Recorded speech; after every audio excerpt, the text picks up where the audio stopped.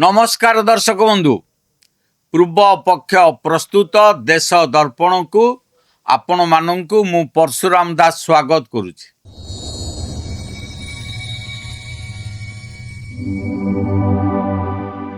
दर्शक बंधु आज आम एभली एक प्रसंग उपरे आलोचना करिबा जहा केवल भारतर दिल्ली दरबार नुहे बरं प्रत्येक राज्यर राजनैतिक समीकरण को संपूर्ण भाव बदल 2024 लोकसभा निर्वाचन समयर से दिनगुड़ी को टिके मने पकांतु। बहुत भाविचिंती गोटे ना रखा जाइथिला इंडिया। भारत नुहे बरं इंडिया मेंट यह सही मेंट थिला जी 2024 निर्वाचन रे बीजेपी को संख्या गरिष्ठता तलकू आनी छिड़ा करी देइथिला। सेतेबेले प्रथम थर पाई बीजेपी रो शीर्ष नेतृत्व अर्थात प्रधानमंत्री नरेंद्र मोदी एवं गृहमंत्री अमित शाह जोड़ी कपाल रे चिंतार गार देखा मिलता। से समय परिस्थिति एभली थिला जे निर्वाचन फलाफल आसीबार प्राय 3 दिन पर्यंत जेपर्यंत महामहिम राष्ट्रपति तरफरु सरकार गठन पाई आमंत्रण आसी नथिला से पर्यंत प्रधानमंत्री मोदी सामना को आसी नथिला। आउ जेतेबेले से निमंत्रण पत्र मिलिला सेतेबेले से खुशी रे से पत्र को सर्वसाधारण रे प्रदर्शन करुथिले। किंतु बोध हुए सही मुहूर्त रे ही बीजेपी रा शीर्ष रणनीतिकार माने संकल्प करि नैथिले या परे आउ कोनोसी बुझामणा हेबो नाही। आउ तापरे जहा घटिला ता जी आम सामनारे कौन या इंडिया मेंटर शेष कौन या परे भारतीय राजनीति रे क्षेत्रीय दल बा नेता मानकर जुग सरीबा को जाउछि। आज रही विशेष विश्लेषण रे आमे एही सब प्रश्नर उत्तर खोजिबा।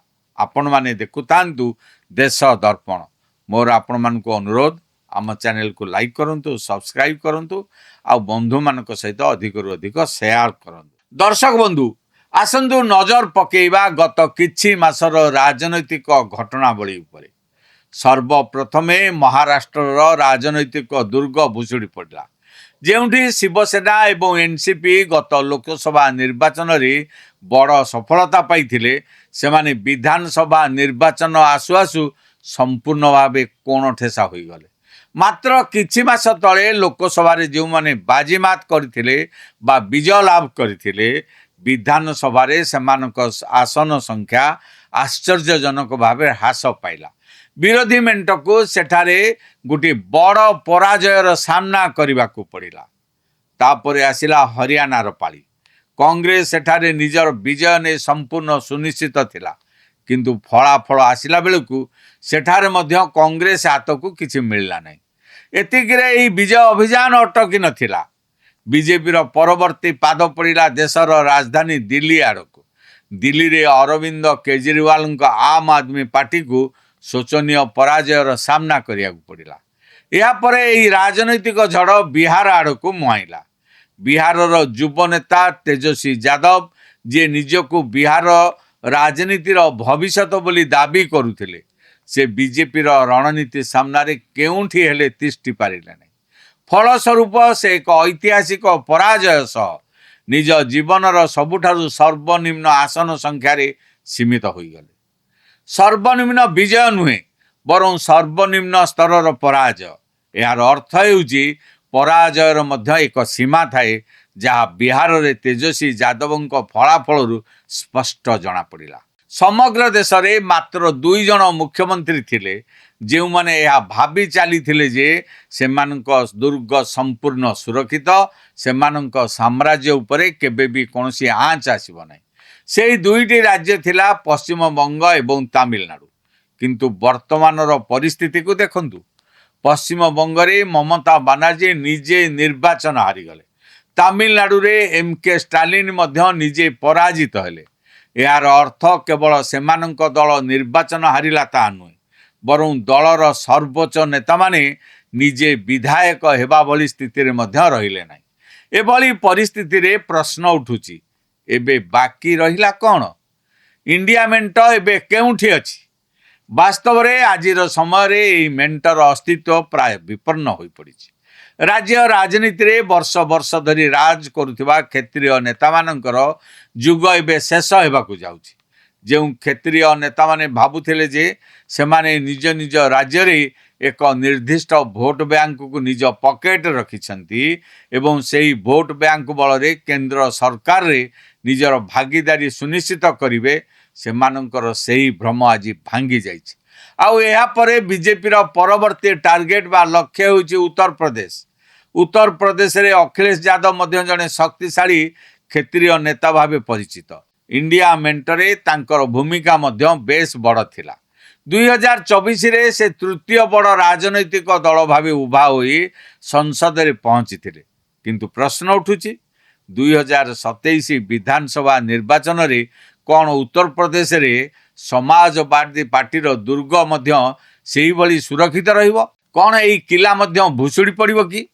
ଇଣ୍ଡିଆ ମେଣ୍ଟର ଧାଡ଼ିରେ ଥିବା ଆପଣ ଯେଉଁ ନେତାମାନଙ୍କ ଉପରେ ହାତ ରଖିବେ, ସେ ସମସ୍ତଙ୍କର କାହାଣୀ ଆଜି ସମାନ। ଅଟଳ ବିହାରୀ ବାଜପେୟୀଙ୍କ ସମୟରେ ଯେଉଁ ଶିବସେନା ବା ଅକାଳୀ ଦଳର ବଡ଼ ପ୍ରଭାବ ଥିଲା, ଆଜି ସେମାନେ ମଧ୍ୟ ନାହାନ୍ତି। ନୀତିଶ କୁମାରଙ୍କର ସେହି ପୂର୍ବ ଗାରିମା ଆଉ ନାହିଁ। ଉତ୍ତରପ୍ରଦେଶରେ ମାୟାବତୀ ଜଣେ ବଡ଼ ନେତା ଭାବେ ରାଜନୀତିରୁ ପ୍ରାୟ ଗାୟବ ହୋଇସାରିଛନ୍ତି। ଯଦି ଆମେ ଓଡ଼ିଶା କଥା ଦେଖିବା, ତେବେ ଓଡ଼ିଶାରେ ଦୀର୍ଘ 24 ବର୍ଷ ଧରି ଶାସନ ଗାଦିରେ ଥିବା ନବୀନ ପଟ୍ଟନାୟକ ଏବଂ ବିଜେଡି ମଧ୍ୟ କ୍ଷମତାରୁ ଦୂରେଇ ଯାଇଛି। ତେଲେଙ୍ଗାନାରେ କେସିଆରଙ୍କ ବିଆର୍ଏସ୍ ଦଳ ପ୍ରାୟ ଗାୟବ ହେବା ସ୍ଥିତିରେ। କର୍ଣ୍ଣାଟକରେ ଜେଡିଏସ୍ ନିଜର ଅସ୍ତିତ୍ୱ ହରାଇ ସାରିଛି। ମହାରାଷ୍ଟ୍ରରେ ଶରଦ ପାୱାରଙ୍କ ଏନ୍ସିପି ଅନେକ ଭାଗରେ ବିଭକ୍ତ ହୋଇସାରିଛି। ବର୍ତ୍ତମାନ ସବୁଠାରୁ ବଡ଼ ପ୍ରଶ୍ନ ହେଉଛି ପଶ୍ଚିମବଙ୍ଗର ଟିଏମ୍ସିକୁ ନେଇ।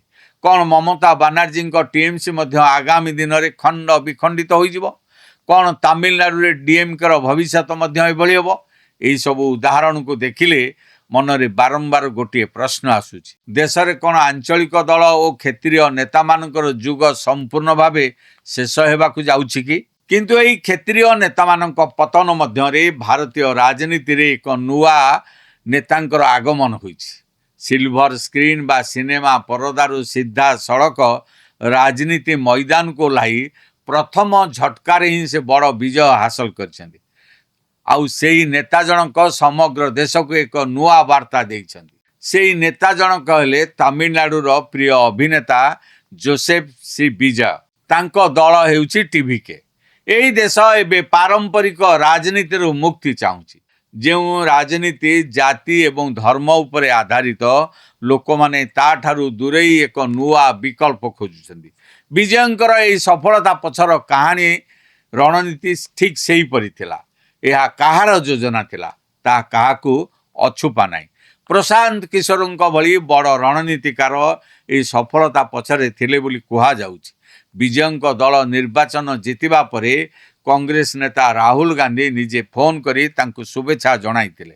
ରାହୁଲ ଗାନ୍ଧୀ କହିଥିଲେ ଯେ ଏହି ଜନାଦେଶ ଦେଶର ଯୁବପିଢ଼ିର ବୁଲନ୍ଦ ଆବାଜକୁ ଦର୍ଶାଉଛି, ଯାହାକୁ କେହି କଦାପି ଅଣଦେଖା କରିପାରିବେ ନାହିଁ। ପାରମ୍ପରିକ ଏବଂ ବଂଶବାଦ ରାଜନୀତି କରୁଥିବା ନେତାମାନଙ୍କ ପାଇଁ ଏହା ଏକ ବଡ଼ ସଂକେତ।